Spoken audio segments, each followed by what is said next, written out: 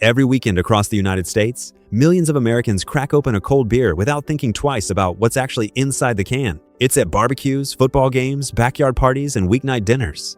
Beer is woven into everyday life in the U.S. But after weeks of digging through lab reports, federal recall records, import data, and consumer protection investigations, one thing became clear: not all beer is created equal. Behind the glossy ads and patriotic branding, some of the biggest names in American beer have faced contamination issues, misleading marketing claims, quality complaints, and regulatory action. Today, we're breaking down 12 U.S. beer brands you should avoid, but 4 are excellent. At number 12, we have Pabst Blue Ribbon Lager from Pabst Brewing Company. PBR is marketed as the working class classic, with a 1-2-pack usually costing between $10 and $14. It positions itself as authentic, retro, and proudly American. But in blind taste panels conducted by industry reviewers and publications like Consumer Reports, PBR consistently ranks near the bottom in flavor complexity and freshness. Contract brewing arrangements have shifted production between facilities over the years, leading to consistency complaints. In 2021 and 2022, consumer forums and beer quality analysts reported oxidation and cardboard-like flavor issues, often tied to storage and long distribution chains. Beer is highly sensitive to oxygen and temperature. A beer that sits in warm warehouses can degrade quickly. At $1 per can, it may be cheap, but you're paying for branding, not quality. And unfortunately, this is just the beginning. Number 11 is Keystone Light from Molson Coors. Keystone Light markets itself as smooth, refreshing, and perfect for parties. A 30-pack runs about $18 to $22. Keystone is brewed with cost-cutting efficiency. High adjunct content, meaning significant amounts of corn and rice, lowers production costs, but also dilutes flavor and body. In 2023, consumer watchdog reviews criticized Keystone for failing blind taste comparisons against similarly priced competitors. It consistently ranked low in mouthfeel and freshness. The issue isn't safety, it's value. You're paying for volume, not quality. And when flavor is this thin, is it really worth it? At number 10, we have Natural Light, commonly called Natty Light, from Anheuser-Busch. Natural Light is one of the cheapest beers in America, often under $17 for a 30-pack. It markets heavily to college students with humor-based campaigns. Its alcohol by volume hovers around 4.2%, and independent testing panels have repeatedly ranked it among the lowest in flavor satisfaction. In 2022, distribution data showed Natural Light was one of the most discounted beers in the U.S. market, meaning retailers struggle to move it without aggressive pricing. The concern is that it's engineered to be inexpensive above all else. Minimal hops, minimal malt, maximum dilution. Cheap doesn't always mean smart. Number 9 is Heineken. The U.S. imports from the Dutch company Heineken N.V. Heineken markets itself as premium and European. In U.S. stores, a 12-pack often costs $18 to $20, but U.S. import data shows extended shipping times from Europe. Beer exposed to heat and light during transit can develop skunky compounds. Multiple consumer taste studies in the U.S. have noted light-struck flavor, especially from green bottles that allow UV penetration. For a beer marketed as premium, that's a serious quality issue. You're paying import prices for compromised freshness. Number 8 is Corona Extra from Constellation Brands. Corona Extra is synonymous with beaches and lime wedges. It costs around $17 to $21 per 12-pack.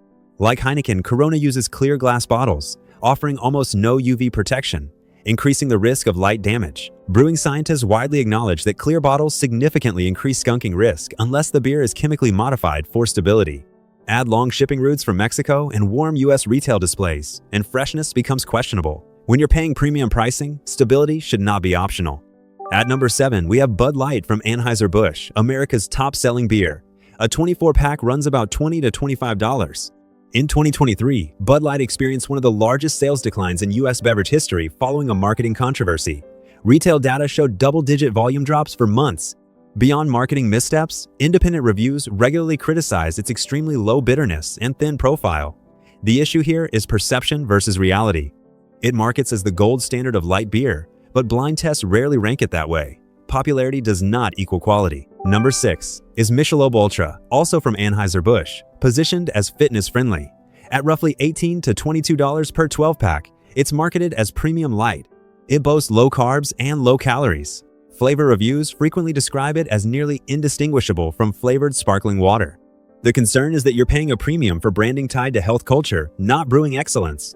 Low calorie does not automatically mean high quality. At number 5, we have Samuel Adams Boston Lager from Boston Beer Company. This one surprises many people. Samuel Adams helped spark the American craft movement. A 12-pack costs about $18.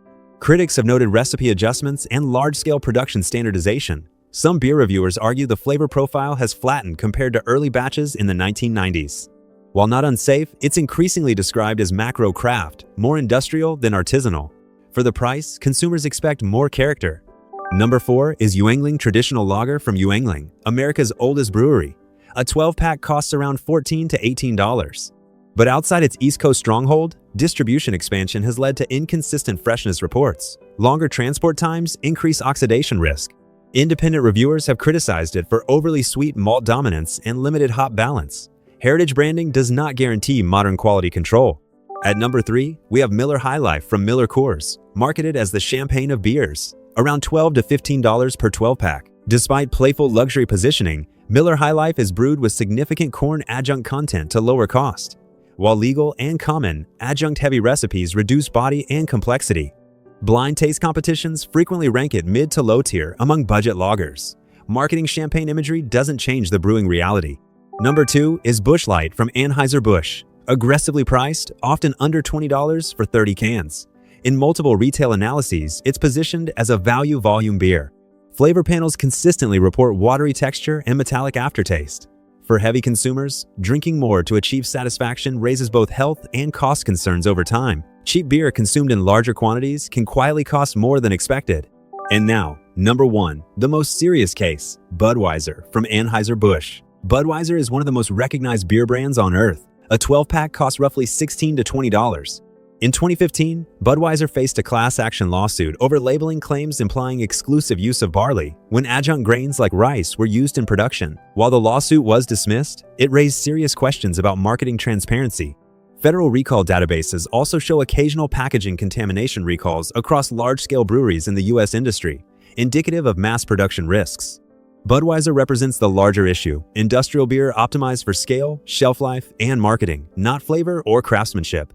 Consistency becomes mechanical and character disappears. That is why it takes the number 1 spot. Now for the good news. Not all beer in America is industrial and overprocessed.